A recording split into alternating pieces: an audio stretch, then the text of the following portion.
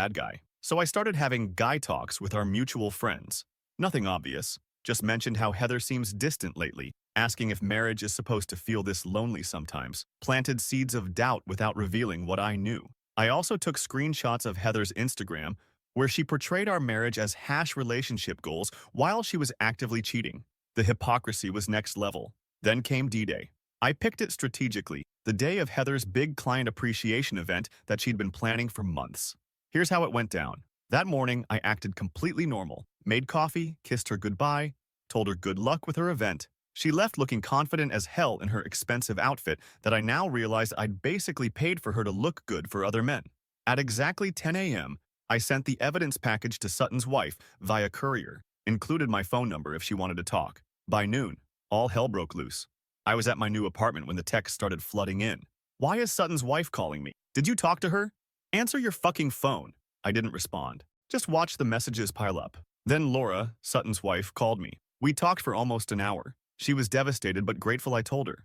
Apparently, Sutton had been gaslighting her for years about her paranoia. She told me Sutton was now frantically trying to save his marriage, which meant throwing Heather completely under the bus. By 2 p.m., Heather's client event was in shambles. She had to leave early because of the emergency. She kept calling me nonstop. At 3 p.m., I sent a brief, factual email to her parents. No emotional language, just the timeline and key evidence. I've always respected them, and they deserve to know who their daughter really is.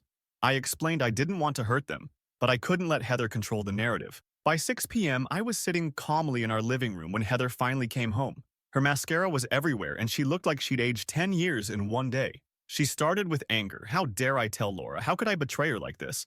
Then quickly moved to bargaining when she realized I wasn't reacting. She tried everything. Tears, screaming, seduction, more tears. I just sat there, calm as a fucking cucumber, and said we both know exactly what's going on.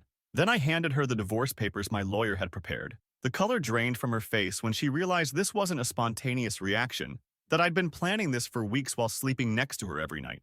That's when she noticed some of my things were missing. I told her I'd be staying elsewhere, and that she had 3 days to figure out her living situation before I informed our landlord about the breach of our lease agreement. We had a morality clause, another thing my lawyer found useful. The next few days were interesting. She swung between threatening me, "You'll never get away with this," begging, "We can fix this, it was just physical, I've always loved only you," and trying to play the victim.